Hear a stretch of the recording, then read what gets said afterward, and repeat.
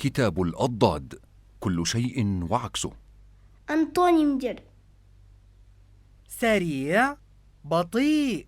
жылдам, баяу, تحت، فوق. астында, үстінде, نظيف، متسخ. таза, кір, كبير، صغير. үлкен, кішкентай, قليل، كثير. аз, көп, فارغ، ممتلئ. бос, толы, مغطى، مكشوف.